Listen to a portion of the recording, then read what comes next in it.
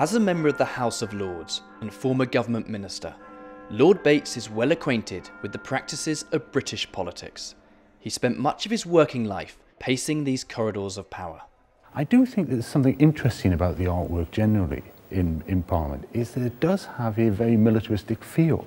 You see the reality of war as it is, and therefore, it behoves us to do everything we can to avoid it. He's one of the most active members of the House of Lords, but his latest campaign has yet to gain a foothold. So he's decided to take to the streets, not here in Britain, but in Greece. It's here that Lord Bates has begun an epic 3,500-mile walk from Olympia, the birthplace of the Olympic Games, to London, hoping to re-establish the Olympic Truce.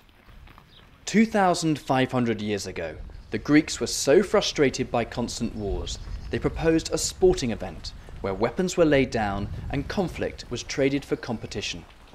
To enable this, they declared a truce for 7 days before and 7 days after what's become the Olympic Games. Of course, the problem is that fighting men cannot lay down their arms voluntarily because they look weak to their supporters and they look weak at home.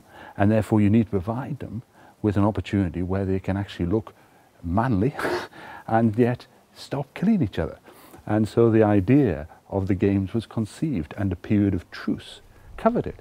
That ran for some 1,200 years, and violations were extremely rare, 1 or 2 in 1,200 years.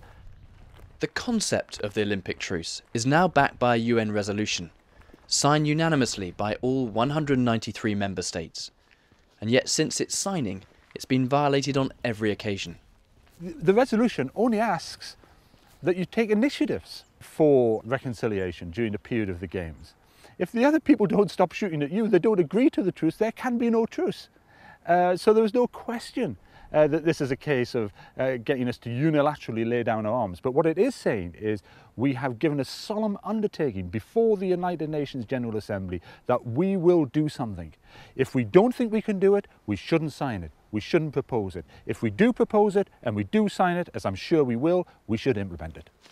The journey to London is certainly not without its challenges, but it may just inspire the British government to enforce the UN resolution in October this year, becoming the first host nation to take the Olympic truce seriously.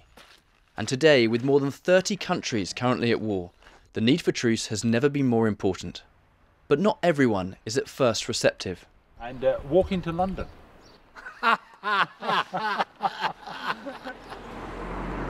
That's quite a typical reaction that I get when I tell people I'm walking to London. I am 75 years old. I will never stop saying we are crazy. And do you think Michael is crazy doing this walk? It's going to take him 1 year. No, it's a very good action doing this because I cannot do that. Lord Bates pushes on till dusk, but unpaid and with no support team, he's at the mercy of whatever accommodation is available. Tonight he's been offered floor space in a local church office. The only light that works is this one. And there's a loo. And a sink. Luxury, lad. Luxury.